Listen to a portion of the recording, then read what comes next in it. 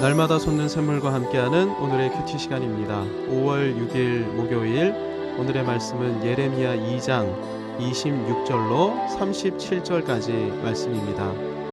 도둑이 붙들리면 수치를 당함같이 이스라엘 집 곧 그들의 왕들과 지도자들과 제사장들과 선지자들이 수치를 당하였느니라.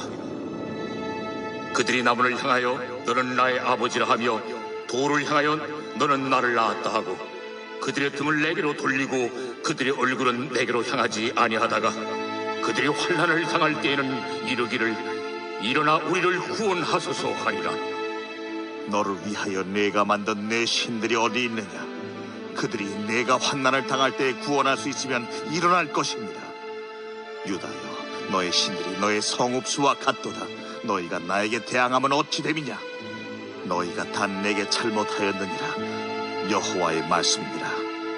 내가 너희 자녀들을 때린 것이 무익함은 그들이 징계를 받아들이지 아니함이라. 너희 칼이 사나운 사자같이 너희 선지자들을 삼켰느니라. 너희 이 세대여, 여호와의 말을 들어보라. 내가 이스라엘에게 광야가 되었었느냐? 캄캄한 땅이 되었었느냐? 무슨 이유로 내 백성이 말하기를 우리는 노였으니 다시 죽기로 가지 아니하겠다 하느냐? 처녀가 어찌 그의 패물을 잊겠느냐? 신부가 어찌 그의 예복을 잊겠느냐? 오직 내 백성은 나를 잊었나니 그날 수는 셀 수 없거늘 내가 어찌 사랑을 얻으려고 내 행위를 아름답게 꾸미느냐? 그러므로 내 행위를 악한 여자들에게까지 가르쳤으며 또 내 옷단에는 죄 없는 가난한 자를 죽인 피가 묻었나니 그들이 담구멍을 뚫었기 때문이 아니라 오직 이 모든 일 때문이라. 그러나 너는 말하기를 나는 무죄하니 그의 진노가 참으로 내게서 떠났다 하거니와 보라, 내 말이 나는 죄를 범하지 아니하였다 하였으므로 내가 너를 심판하리라. 내가 어찌하여 내 길을 바꾸어 부지런히 돌아다니느냐? 내가 아수르로 말미암아 수치를 당함같이 또한 애굽으로 말미암아 수치를 당할 것이라. 내가 두 손으로 내 머리를 싸고 거기서도 나가리니 이는 내가 의지하는 자들을 나 여호와가 버렸으므로 내가 그들로 말미암아 형통하지 못할 것이니라. 오늘 본문은 세 개의 단락으로 구분됩니다. 첫 단락이 26에서 28절인데요. 첫 단락에서 예레미야는 이스라엘의 죄악, 남유다의 죄악을 고발하고 있습니다. 26절에서 예레미야는 유다 죄악의 특징을 도둑으로 비유하고 있는데 도둑은 남의 것을 훔치되 은밀하게 훔치는 사람입니다.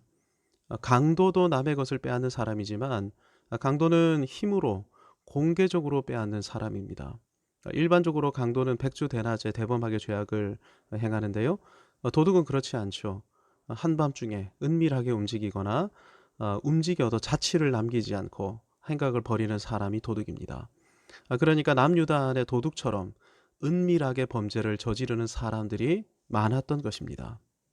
누가 이렇게 은밀하게 범죄를 저질렀습니까? 예레미야에 의하면 왕들, 지도자들, 제사장들, 선지자들이 그 주인공들입니다. 이들의 은밀한 죄악이 27절을 보면 다음과 같이 고발되고 있습니다.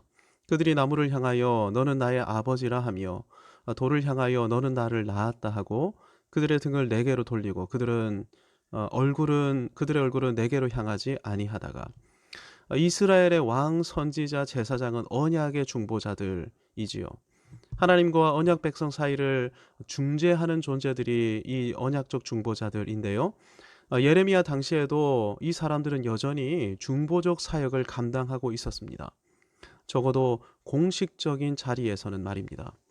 하지만 비공식적인 자리, 은밀한 자리에서는 하나님이 아니라 바알과 아세라, 풍요와 쾌락을 하나님으로 섬기고 있었던 것이죠. 유다의 영적 지도자들이 생계를 위해서는 공식적인 자리에서 하나님을 섬겼지만 자신을 위한 은밀한 자리에서는 풍요와 쾌락에 매여 살았던 것입니다.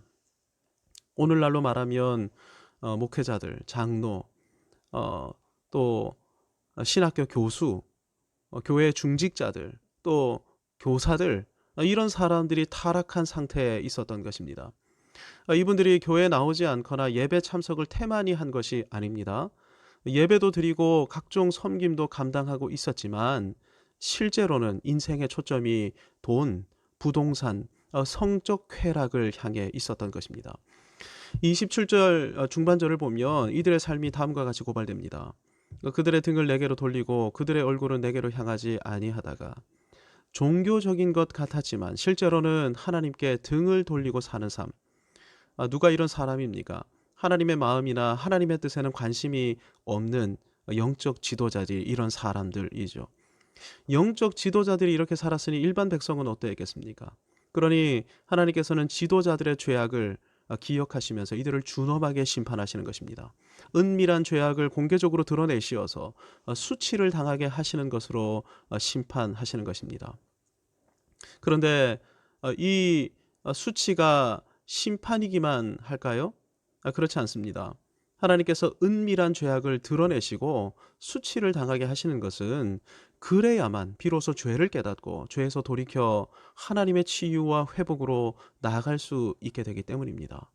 언약 백성을 향한 하나님의 심판은 언제나 치유와 회복을 위한 은혜로운 장치입니다. 그런데 27절 하반절을 보면 공개적으로 수치를 당하면서 심판에 직면하게 된 남유다의 지도자들이 이렇게 말을 합니다. 그들이 환난을 당할 때에는 이르기를 일어나 우리를 구원하소서 하리라. 심판에 직면하게 되었을 때 우리를 구원하소서라고 말하는 것을 보니 믿음을 고백한 것처럼 보입니다. 하지만 원어로 이 본문을 읽어보면 이들 말의 뉘앙스는 오만불손하기 짝이 없었습니다. 우리를 구원하소서가 히브리어 본문을 보면 호시에누인데요. 호시에누는 야사, 구원하다의 남성 단수 명령형 사역동사입니다. 그러니까 이것을 넣어서 읽으면 유다 지도자들이 이렇게 말했던 것입니다. 우리를 구원하라. 하나님께서 죄악을 드러내시고 그래서 수치를 당하게 하신다면 겸손히 엎드려 저는 죄인입니다. 지금껏 풍요와 쾌락을 하나님으로 섬기오며 하나님을 비웃고 살아왔습니다. 저의 죄악이 너무나 큽니다. 용서해 주옵소서. 긍휼히 여겨 주옵소서. 이렇게 회개하면서 은혜를 구해야 마땅합니다. 하지만 이들은 하나님을 향해 우리를 구원하라 이렇게 명령했던 것입니다. 너무나 모렴치하고 사악한 모습이 아닐 수 없는데 하나님의 심판 앞에서 겸손함을 잊은 죄인은 결단코 회복의 은혜를 누릴 수 없습니다. 예레미야 시대 유다는 하나님의 심판을 믿지 않았고 하나님의 심판을 우습게 여기고 있었던 것입니다. 본문 두 번째 단락이 29절에서 32절까지인데요. 이 단락에서 예레미야는 이스라엘의 반역을 다루고 있습니다. 하나님께서 심판하신다고 하셨을 때 유다 지도자들의 반응이 29절에서 다음과 같이 소개됩니다. 너희가 나에게 대항하면 어찌 됨이냐. 여기서 대항하다가 리브 동사로 되어 있는데 히브리어 리브는 영어로 argue, 법정 논쟁을 가리키는 단어입니다. 즉 유다 지도자들이 하나님을 법정에 고소 고발했다는 것입니다.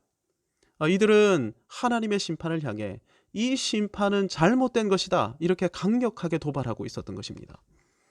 하나님의 심판에 도발했던 이유가 무엇일까요? 하나님께서 언약의 하나님이시고 자신들은 그 언약의 백성이라면 하나님께서 자신들을 구원해 주셔야지 심판해서는 안 된다고 생각했기 때문입니다. 오늘날 교회 안에도 하나님의 심판을 믿지 않는 사람들이 굉장히 많습니다. 만약 죄악을 향한 하나님의 심판이 없다면 예수 그리스도의 성육신이나 십자가 죽음은 어떤 것이겠습니까? 불필요하거나 무의미한 사건이었을 것입니다. 하지만 하나님께서는 죄악을 반드시 심판하시는 공의로운 재판장이십니다.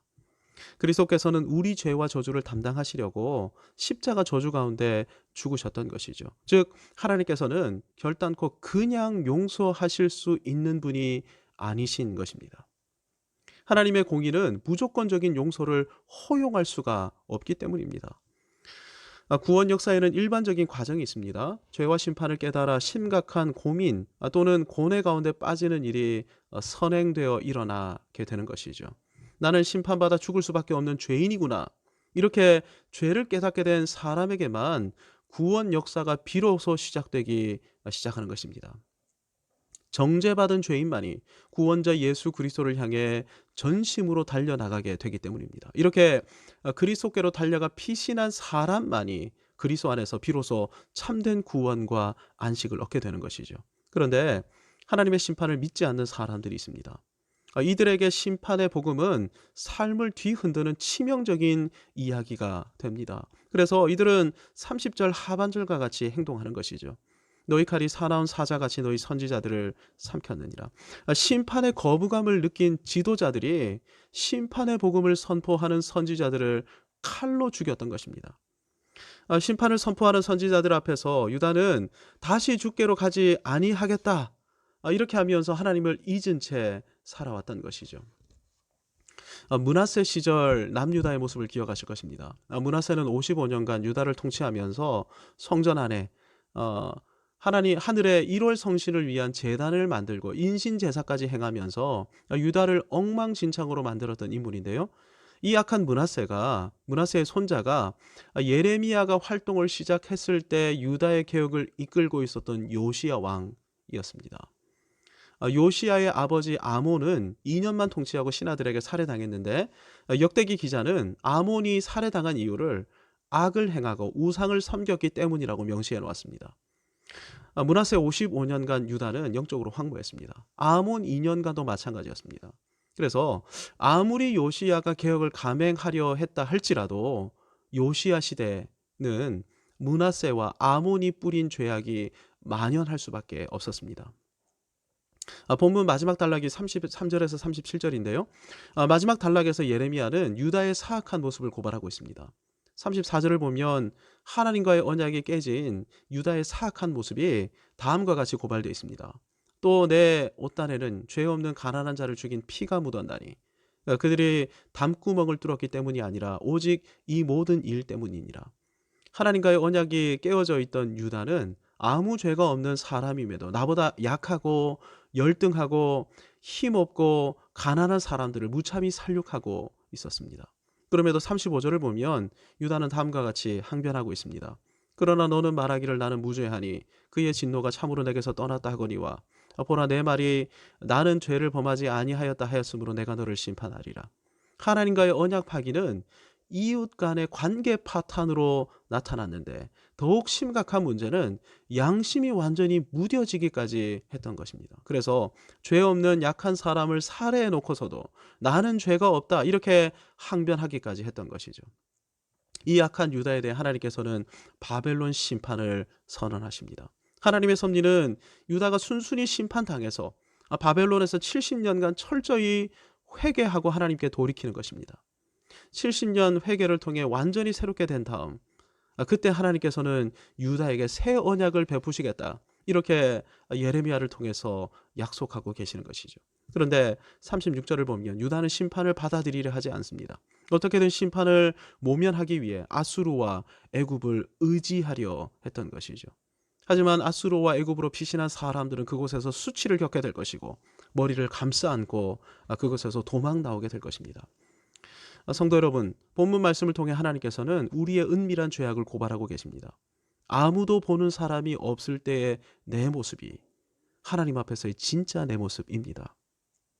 혹시 우리는 은밀한 곳에서 풍요와 쾌락을 하나님으로 섬기고 있지는 않습니까?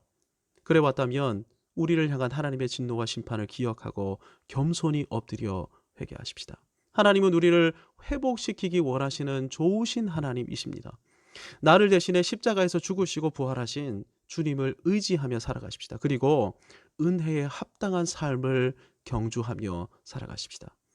우리와 하나님과의 관계는 이웃과의 관계, 인간관계로 드러나게 됩니다. 우리의 인간관계, 가족관계 가운데 혹시 죄악이나 허물은 존재하지 않습니까? 있다면 겸손히 회개하고 철저히 회개하면서 언약 백성의 모습을 회복하십시다. 그래서 이웃과의 관계도 회복해 나가십시다. 주님께서 우리의 걸음 가운데 은혜와 평강을 허락해 주실 것입니다. 아멘.